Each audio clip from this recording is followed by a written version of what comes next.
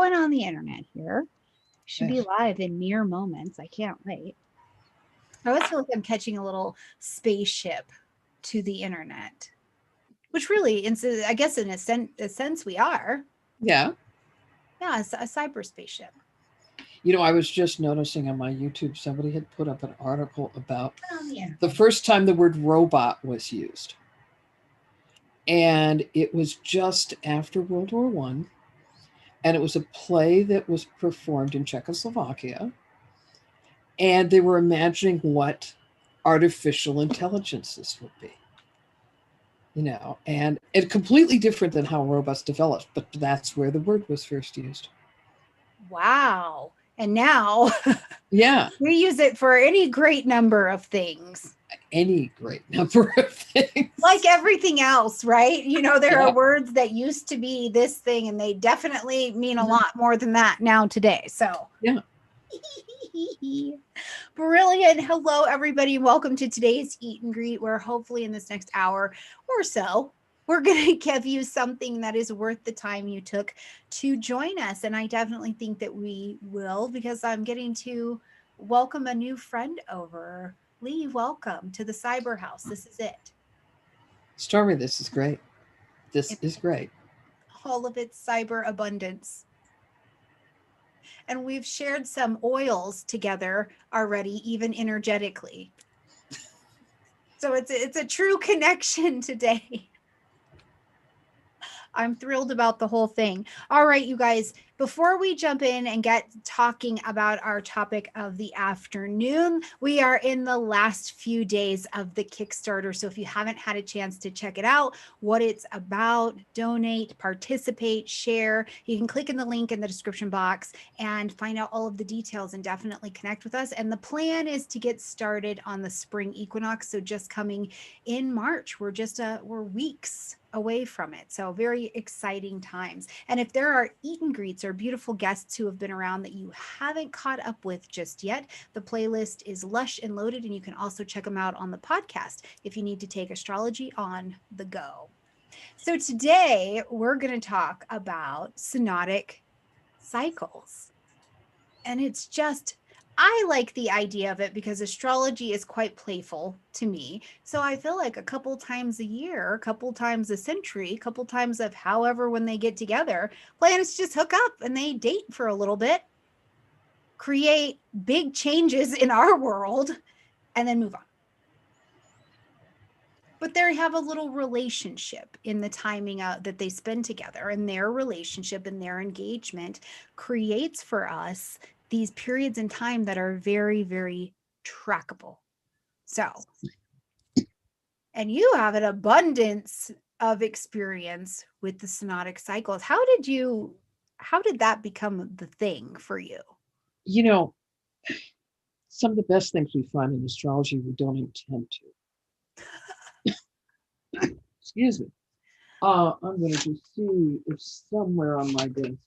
Yes, the oldest lozenges are lurking. Oh, Yeah. yes. Yes, get some more of those essential oils going, Stormy. Yes. So what happened was many years ago, my partner and I had gone to Geneva. Now, this has nothing to do with synodic cycles, right? It just has to do with Geneva. We both know French, and we found that there was an astrology bookstore. So had to do it. Just had to do it. Yeah. And so you go into the bookstore, and of course it's, their bookstores are just like ours, only in French. And I ran across a whole bunch of books by Andre Barbeau. Now, Andre Barbeau died a couple years ago. Was the dean, if you will, of French astrology. He had been the student of Henri Gouchon, who in his time was the dean of astrology. And Gouchon's work, interesting at this point, are as in print in Spanish as they are in English, because Gouchon wrote a fabulous dictionary of astrology that is still kind of the serious book for the Spanish-speaking world when you're looking for a dictionary. And we all should have dictionaries of astrology and things. On the web now it's easy because you just look it up. But back in the old days, we had to have a book. That was the book. And both Guichon and Barbeau were very interested in cycles. And so Barbeau had books that were things like, he had a book called Jupiter and Saturn.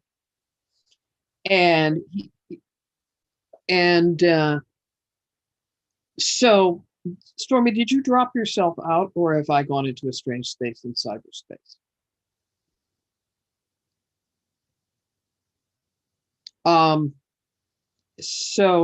Anyway, I'm going to assume that I'm on, and that we are just having a Mercury retrograde moment.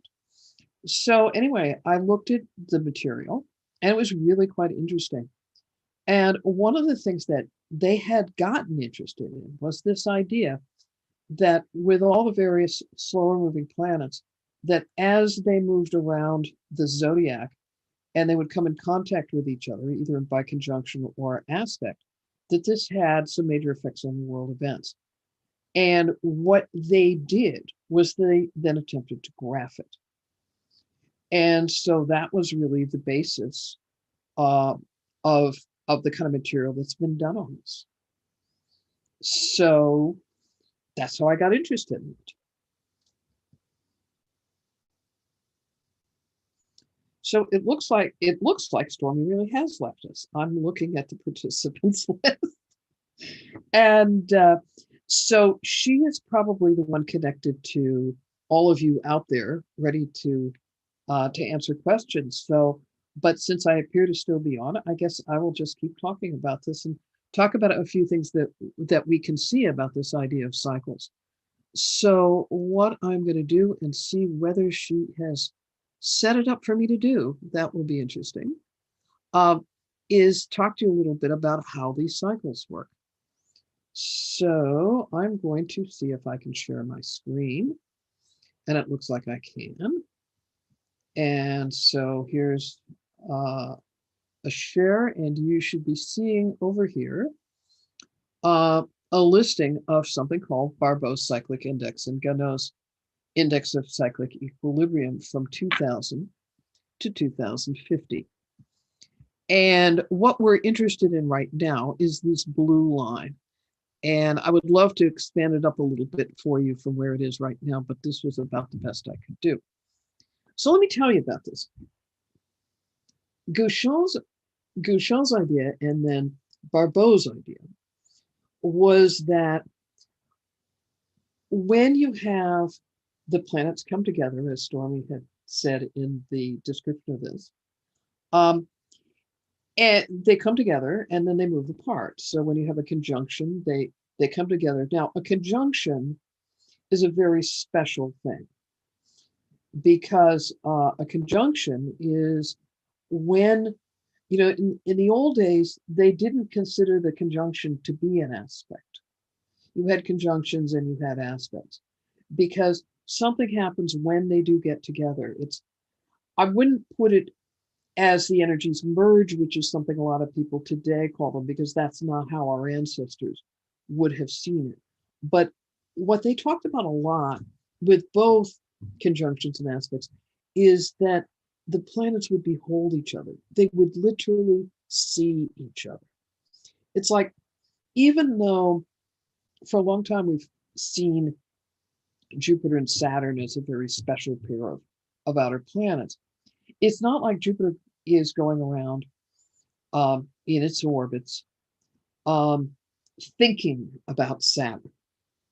But when Jupiter gets into an aspect with Saturn, then Jupiter does think about Saturn. So it's like the friend you have that, it's not that they're in your consciousness all the time, but every so often you think about them and a thought passes. You have to get in contact with them. You have to say, hi, how are you? And what are you doing? And so those points of contact are the aspects. Now, the strongest way that they come together is by conjunction. And so this tells you that these relationships are very important for what's going on in mundane, which is really the astrology of the whole solar system. And so what these graphs were meant to do, and what first Gouchon did and then Barbeau did it a somewhat different way, was to try to graph in one line a measure of what all of the outer planets are doing with respect to each other. Now, this period that we're looking at is actually 50 years long. And so this is from 2000 up to 2050. I should tell you that Barbeau made this graph before 2000. In fact, his earlier graphs were for the 20th century. And so, since this is just planetary positions, there's no opinion about this. If you follow his formula, this is the graph you get. So if he was interested in looking at this in 1950, he could have looked at this in 1950, the graph would have looked the same. Now, what I would like you to see about this graph is this. Here we are, beginning of 2000, going up to 2002, going down here to 2009. So this got, now remember again, this was done before the 21st century started. So 2009 actually hits the 2008 Great Recession pretty well. A little bit of a drag, you might argue, but not bad for going down at this time. And then things start going up, and you get a peak somewhere around 2013. And then look at this, right down to the trough, and the trough is 2021. So that's the story for how this works. When he was asked before he died what he thought this trough might be, he mentioned the word pandemic. So I think this is actually one of the most stunning predictions of how things have worked that's been made in a while. And certainly one where you can say, oh, well, you know, he fudged it. He did not fudge this. And then perhaps the most important thing for us to realize is that the trough wasn't 2020, it was 2021. Now you look at this, and it looks like it goes down fast and it comes up fast. So we are really at the bottom point of the cycle. And so things are going to come back up after that and come up probably about as fast as they went down. But this is a really important graph for showing the kind of things that ultimately you can do with synodic cycles, that you can use this kind of system to do, if you will, a pretty quantitative approach to what's going on with the cycles. I have been kind of assuming as I've been talking that Stormy would be getting back in. And I'm assuming from the fact that she hasn't, that there's probably a glitch at her end. I'm going to drop out at this point and then join the meeting after she can bring it back. And I don't know, she may have had a problem with her internet or a problem with her system, and we'll just have to take it from there.